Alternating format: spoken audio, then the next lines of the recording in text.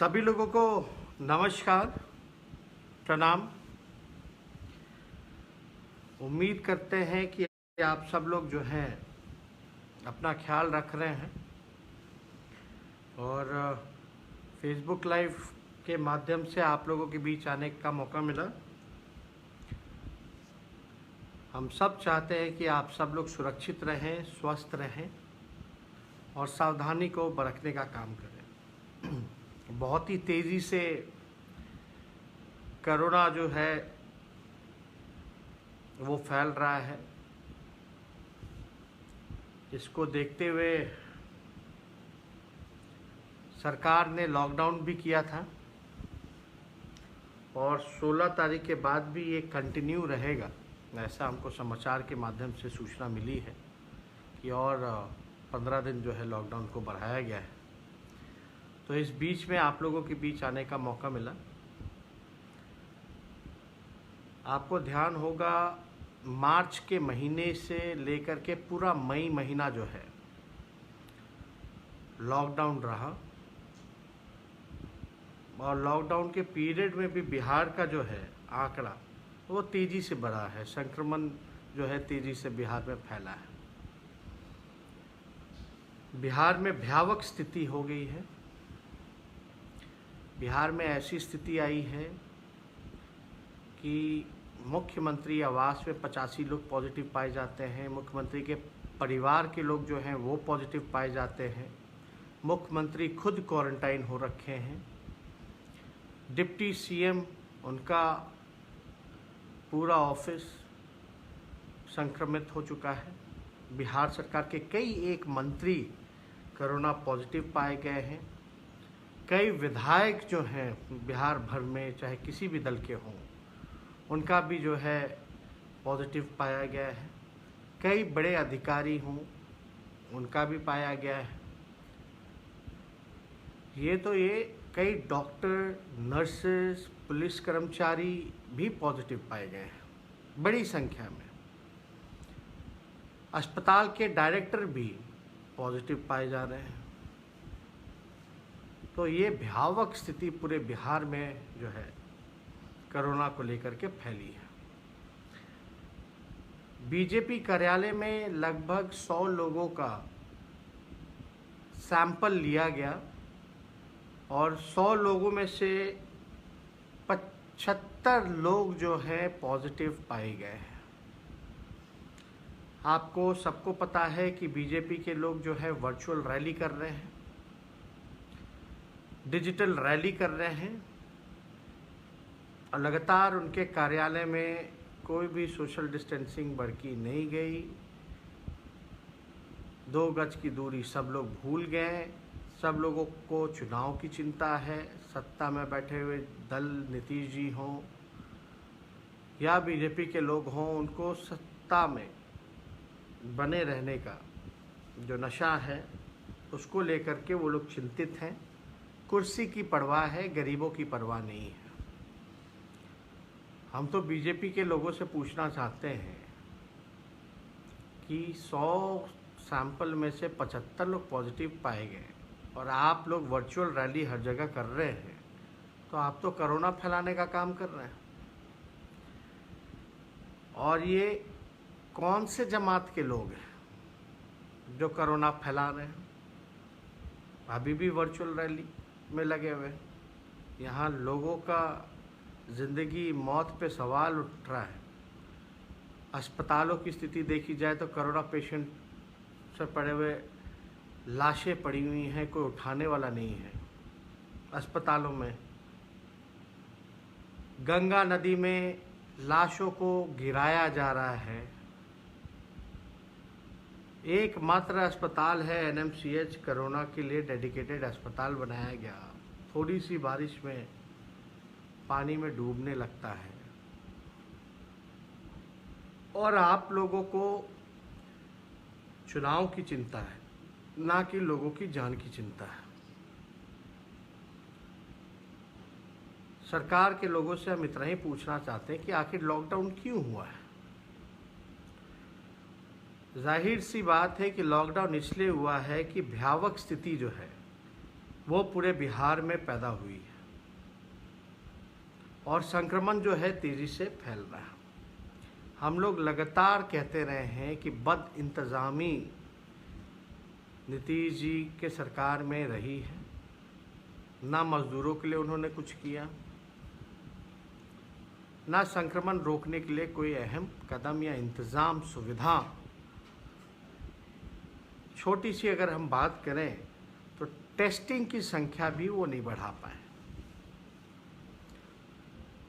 हम लोगों की मांग रही है कि प्रतिदिन लगभग 30,000 सैंपल लेने चाहिए, यानी टेस्ट जो है प्रतिदिन 30,000 कम से कम होना चाहिए। लेकिन सरकार जो है कोई इंतज़ाम नहीं है टेस्टिंग की। अस्पतालों की क्या स्थिति है आप सब लोगों से छुपा नहीं है। डॉक्टर नर्स की पहले से ही कमी रही, इस बीच में भी डॉक्टर्स को धरना देना पड़ता है, अनशन पे बैठना पड़ता है क्योंकि उनको पीपीई किट मिल नहीं पा रहा। पीपीई किट उपलब्ध कराने के लिए वो लोग मांग कर रहे हैं सरकार से, धरने पे बैठ रहे हैं, अनशन पे बैठ रहे हैं। तो ये स्थिति बिहार में पूरी तरीके से कायम है। चुनाव भी आने वाला है और ज़ोर शोर से चुनाव को लेकर के बीजेपी के लोग, जनता दल यूनाइटेड के लोग तैयारी कर रहे हैं। उनको लोगों की चिंता नहीं, उनको अपनी कुर्सी की चिंता है। मेरा स्पष्ट मानना है कि कोरोना के आड़ में बेईमानी नहीं होनी चाहिए।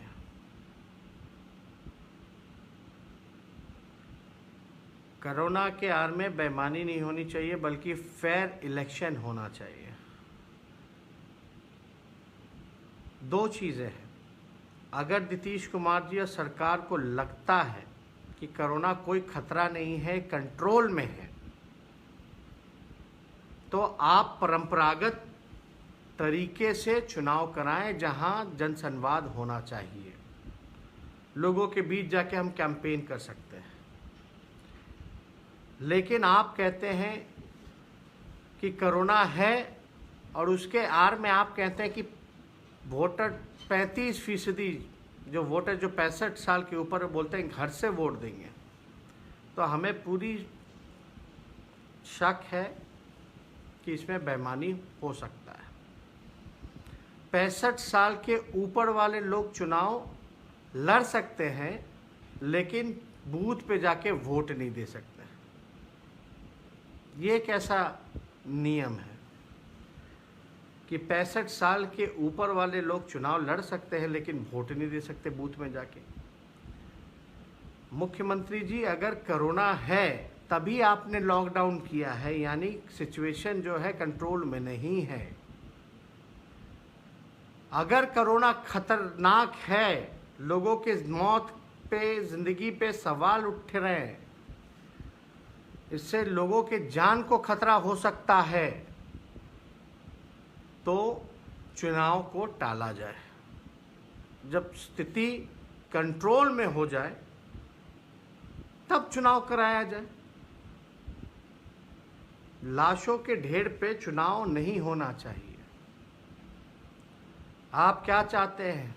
बूथ पे जाए और उसके बाद बूथ पे जाने के बाद सीधे शमशान में चला जाए? इसलिए अगर सरकार मानती है कि कोरोना कोई खतरा नहीं है, तो परंपरागत तरीके से आप चुनाव कराइए, जहां कैंपेनिंग हो सके, लोगों के बीच जा सके, रैलियां हो सके। अगर कोरोना खतरनाक है, कंट्रोल में नहीं है, तो चुनाव को टाला जाए। ये हमारी मांग है। जिंदगी है, जान है तो जहां है, जान है तो जहां है। और ये लोग अपनी चिंता, अपनी कुर्सी की चिंता कर रहे हैं। देखिए, हम अंतिम व्यक्ति होंगे अगर चुनाव कराना पड़े लाशों के ढेर पर, तो और हम लोग लगातार कहते रहे हैं कि कोरोना से निपटना है। ये पहली बार ऐसा सिचुएशन पूरे बिहार में बना है, पूरे देश में बना है, पूरी दुनिया में बना है। इससे पहला ऐसा भयावह स्थिति किसी ने नहीं देखा है। तो ये विशेष परिस्थिति में अगर लोगों के जान बचाने के लिए, क्योंकि चुनाव होता है लोगों की ज़िंदगी को बचाने के लिए, लोगों के ज़िंदगी के बेहतर बनाने के लिए, ना कि लोगों को ज़िंदगी लेने के लिए। तो हम तो यही चाहते हैं कि लोगों की ज़िंदगी बेहतर हो, लोगों का जान बचे।